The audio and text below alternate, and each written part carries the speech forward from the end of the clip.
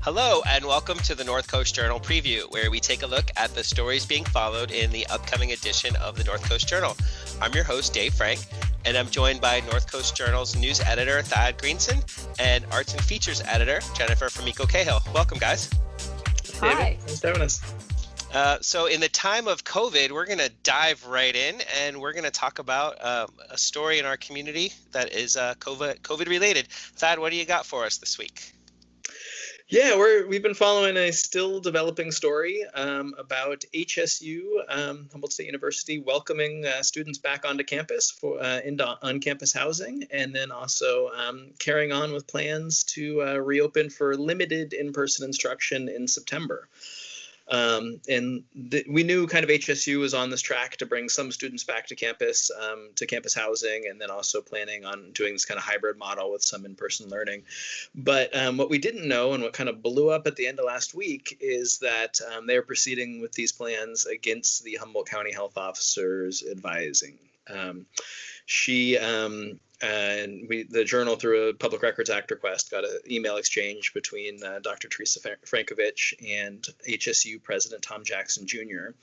That really lays out her strong objections to HSU's plan, and just saying, given the rate at which COVID has been spreading in Humboldt County, that is just not a safe time to do that. I guess, given the rate of spread, and then also limitations in testing capacity and contact tracing investigation capacity. She said it's really just not safe to bring students back to campus at this time. And President Jackson said, your concerns are noted, and we're going to do it anyway, unless you use your authority to stop us. And so it is interesting that, she could have issued a health order preventing HSU from resuming classes, and she did not. She has said that she's trying to take a, kind of an allied approach of helping them do it as safely as possible. But so they, I think to date, as of yesterday, had welcomed probably about 300 to 400 students back into on-campus housing, and that number is going to get close to 800 by the end of the week. So there was a positive test, I think I saw, and there's a plan to account for that. Can you tell us a little bit more about that? Yeah, absolutely. They, after this kind of back and forth with the health, with public health, they've decided they're going to test every student coming into on-campus housing right when they move in, and then again at some point in a 2-week quarantine period. So students are all supposed to quarantine in their dorm rooms, leaving only to go to the bathroom if they're in a shared bathroom situation. And the university is going to be delivering 3 meals a day and that kind of thing to try to support them through that quarantine period. But yeah, at least one student so far has tested positive at that entry point, and is being kept in isolation. They've saved 162 rooms on campus to isolate students who need it, who test positive or have been in contact with somebody who has. But I think that one positive came out of the first round of testing. And we really, at this point, don't know how many of those students who've moved into campus have been tested at this point, and if there are any other positives.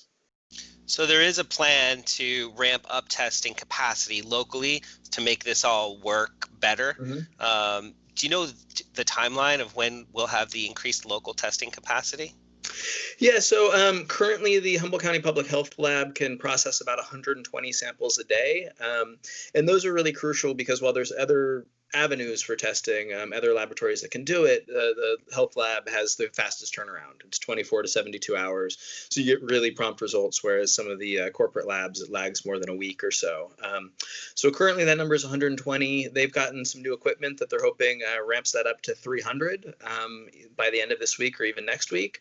But what they're really working towards is the creation of basically a new lab in this collaborative effort that they're hoping will come online in October and be able to process an additional 400 or 500 samples a day. So that would really boost capacity tremendously. And that's what Dr. Frankovich was urging President Jackson to wait till. She said, please give us till October. We'll have much better testing capacity then than we do now. And one of the things to realize is with almost 800 students being tested, both at their entry point to campus, but then again in that 14-day period, that's 1,600 tests or so over a two-week period that public health is going to have to run. They only have the capacity to do 120 a day. So if they did nothing other than those tests, I mean, other than HSU students, they would barely have the bandwidth to get through those tests. So yeah, this is illustrative of why that we need a solid working relationship between Dr. Frankovich and University Professor Jackson, President Jackson. So to be continued, I guess, as time ticks. We will know exactly how it works out in a few weeks, probably.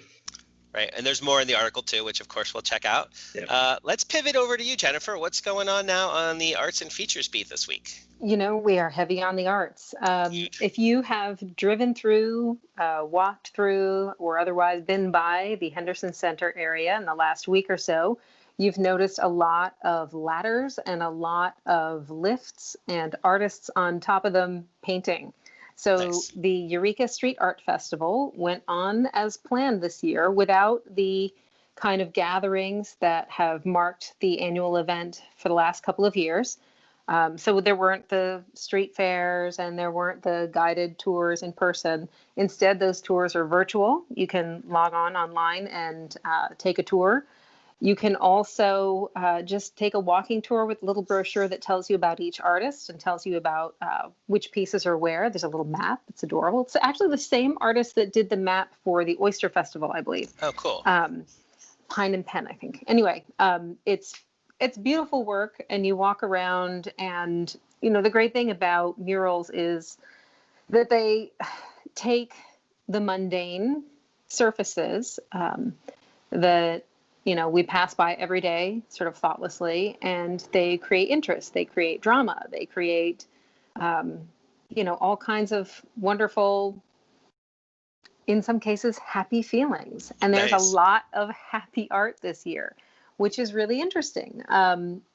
When we talk about, painting and murals and whatnot, as Gabrielle Gopinath, who wrote this wonderful cover story, she interviewed a bunch of painters, a bunch of muralists, and talked about their work. And she talked in the article a little bit about, Diego Rivera and other people who've done murals that were really politically expressive and spoke to the times and spoke to trauma and spoke to, big issues. And there's not a ton of that here. We're seeing, in fact, she titled the article, Public Art as Community Care. Nice. And it seemed like if there was a theme emerging in this really disparate work, it was the uplift and joyfulness and the beauty of nature, a lot of play. There are some beautiful, bright, like Gina Tuzzi has this beautiful, wonderful kind of vine work, these I almost Seussian, like nice. Dr. Seuss like plants and flowers growing on the side of a building, or there are some really great, is it Jose Moreno who did a couple of garage door panels that are just so bright and joyful and full of sort of these electrified pastels that are just jumping out at you, and they have all this motion and shape. One of the most interesting blocks that you can go to is the Discovery Shop. Also, if you are thrifting, really, Discovery Shop, that's your game right there. Stay out of my size. That's my only objection. But the whole sort of long wall, there are these sort of big panel chunks, are taken over by a handful of artists that have been commissioned by the Native Cultures Fund.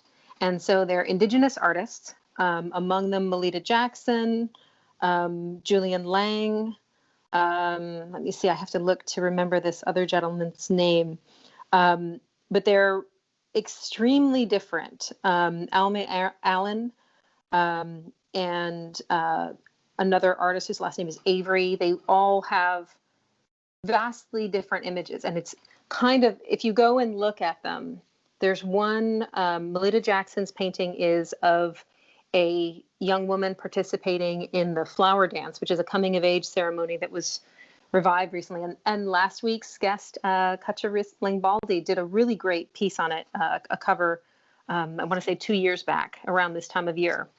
The one next to it has these wonderful, like big kind of woodpecker images, and like there's lightning and all kinds of drama. And then the one next to it is almost like a photo negative image in red and yellow. And it's just so strong and intense. And then Julian Lang has this beautiful kind of vista with a sort of semi-symmetrical view of with woodpeckers and, you know, ocean and everything. And it's 3 or 4 really different views of Native art. And if you wanted to get a sense of like, well, what makes something Native art? How could you say they're of a piece, or how could you say they're all the same? It's a really good way to look at how some of the themes continue, some of the images continue, but with completely different artists, completely different palettes. It's wonderful. And, you know, she talked to a couple of the artists who really talked about wanting to do something that wasn't about being trapped in a pandemic, but was a kind of relief from it, and something that can give us all respite and give us hope. And I strongly encourage you to throw a mask on, go down there, stay distant, and just go and look at it while we've got the weather for it. This all sounds really cool. I think public art in general is pretty amazing, but this in particular seems worthy. So thank you for cluing us all into this opportunity we have to go check it out. Yeah, Gabrielle's piece will give you a handle on how to wind your way around and kind of look at everything as a cohesive event. Right on. I know what I'm doing Saturday. Sad, I have a question for you. There's another story you're covering this week too. In the last few minutes we have left, can you tell us a little bit about the recent public forum related to the decommissioning of the dams on the Klamath? Yeah, absolutely. It's a story we've been covering online, so folks should hit up the website to see the latest on it.